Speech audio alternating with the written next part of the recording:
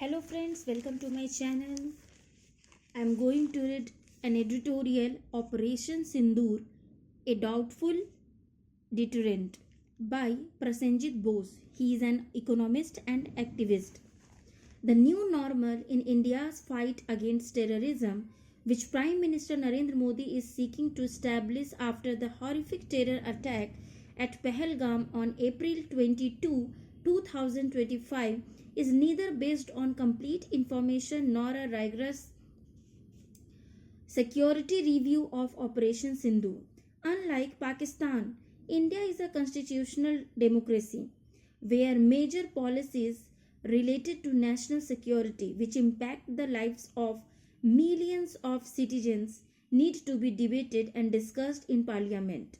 The political consensus with combating terrorism within India cannot be misused to truncate democratic processes or muzzle discussions on the fitness and the efficacy of anti-terror policies.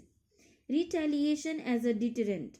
In his recent address to the nation, Mr. Modi stated that the surgical strikes following the terror attacks at Uri, September 2016, the air strikes after the February 2019 attack at Pulwama, and the recent offensive under Operation Sindoor define India's policy against terrorism. Had the India strikes across the line of control in 2016 and 2019 been effective as deterrents, the Pahalgam attack should not have occurred in the first place. Can the retaliatory cross border strikes and calibrated military escalation attempted under Operation Sindoor serve as an effective deterrent? It remains doubtful due to several reasons. First, investigations by the National Investigation Agency have not yet been able to capture the preparators of the Pahalgam terror attack. This is crucial not only in order to secure justice for the innocent victims, but also to prevent them from attempting another attack.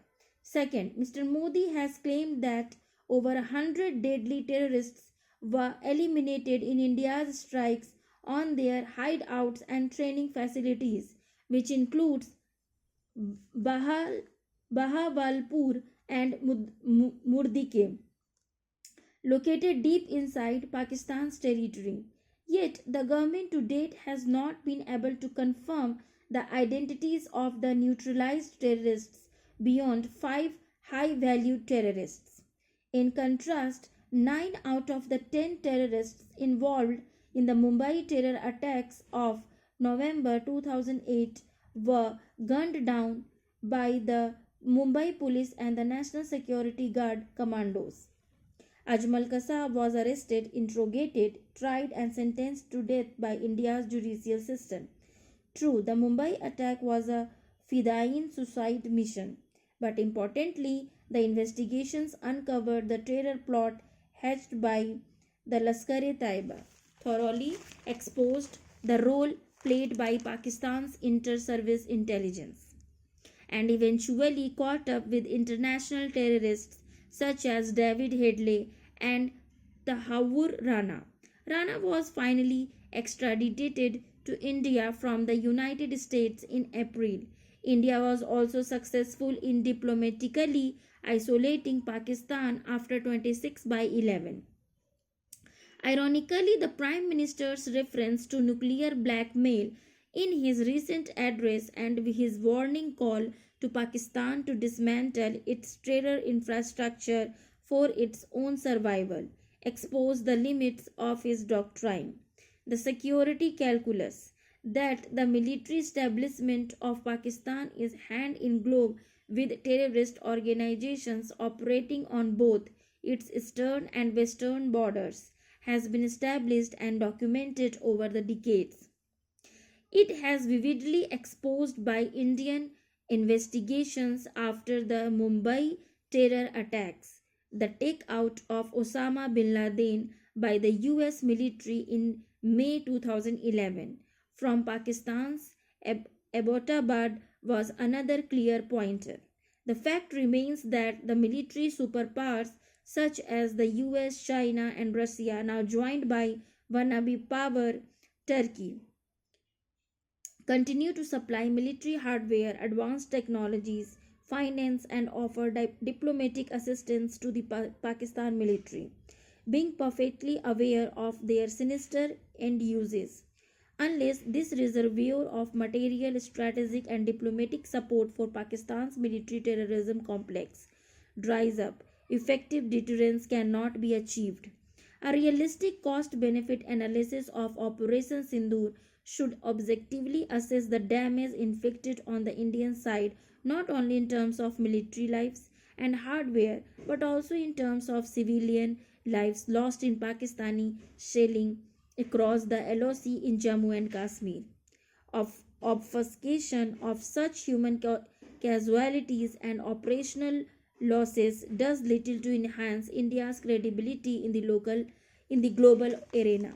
Notwithstanding the Prime Minister's rhetoric on Made in India weapons being tested and proven in Operation Sindhu, establishing India's superiority in New Age warfare, the crucial weapon systems used by India during the conflict are its expensive procurements from French, Russian, and Israeli suppliers.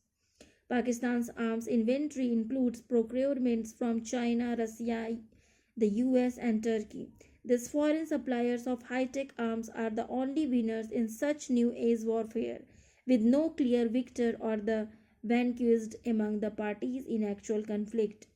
The alacrity with which the US intervened to terminate Operation Sindoor and sought to impose a ceasefire serves as a reality check for India's security and foreign policy establishment. The near simultaneous nuclear weaponization of both India and Pakistan from the late 1990s has created a durable ground for international intervention in any conflict between the nuclear armed neighbors, weakening the edifice of the Simla Agreement, signed after India's decisive victory in the 1971 Bangladesh War. Earlier, it was only Pakistan which wanted to internationalize its territorial conflict with India over Kashmir, while India consistently resisted any departure from the bipartite framework. With India's increasing acceptance of US mediation over time, evident from the recent ceasefire with Pakistan, another nail has been driven into the coffin of the Simla Agreement. Strategic reset required. There is a plausible case for India to explore pathways of engaging with Pakistan in the context of changes in the geopolitical landscape and global power dynamics in the past 5 decades. Terrorism motivated by religious bigotry, with or without state sponsorship, has indeed emerged as a complex strategic threat for nation states across the world. However, the new anti-terror doctrine articulated by Mr. Modi falls short on retrospective insight, being premised on the same tried and failed formula of the war on terror by the US and Israel.